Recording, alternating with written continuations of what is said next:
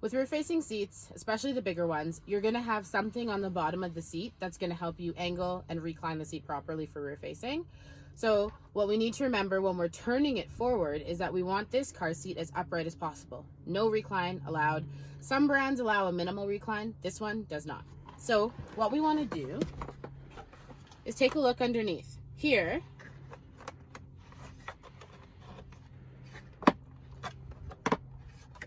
this footer is what gives us the recline. Tuck it back, turn our seat, and now we're perfectly upright and we can now install properly and safely forward facing. All right, so on the back of all forward facing seats, you're gonna have this weird thing that looks a lot like the UAS hook, but it's at the top of the car seat and it's actually the tether anchor. So the tether anchor is mandatory by manufacturer and legal standards to use with all forward-facing seats. In a collision, every action has a reaction, right? So if you're in a bad enough crash and the car seat is pushed forward, the movement that it does forward, it's also going to do backwards, and that can cause severe head and neck trauma to the child sitting in the seat. So the tether anchor is going to be anchored at the back of the seating position, and that's going to ensure less movement. In Canada, all tether anchors have to be tested and move a maximum of 6 inches. That is very little movement, which in turn means very little injury to the child's upper neck and spinal cord region.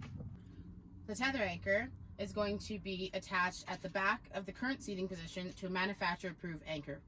What is also important is that you take the time to read your vehicle manual, because this anchor might have to go over the headrest or under the headrest. In our car, it goes under. When you're installing forward-facing seats, the first thing you do is attach this tether to ensure you don't forget. The anchor point is a metal bar right there. Again, connect it upwards like that, leave it nice and loose. The next thing we're going to do is attach our UAS hooks to the same bars in our seating position, which, come on, you can see. The same anchor points in the corner of the seating position. Always hook it, anchor down. Sometimes it's a little finicky. There you go, hear the click. The other one's already attached. Take all the slack, and the beauty of forward facing is you can physically put your weight on the car seat as you tighten it. A lot of people are worried that their car seat is gonna break under our weight when installing. What you gotta think is if it's gonna break under our weight right now, it's better it does it now than worst case scenario in a bad collision. Put your weight on it, then you're gonna pull on your anchor nice and tight. And once that's done, you gotta check how much movement there is. Like I said, put your weight on it. Don't hesitate to ever move the padding. Pull that strap right back through. The last thing we do is reach to the back, tighten up our tether. All the slack should be removed. So when all is said and done, no slack with the tether anchor. When we test the 1-inch movement, this forward-facing seat is not going anywhere.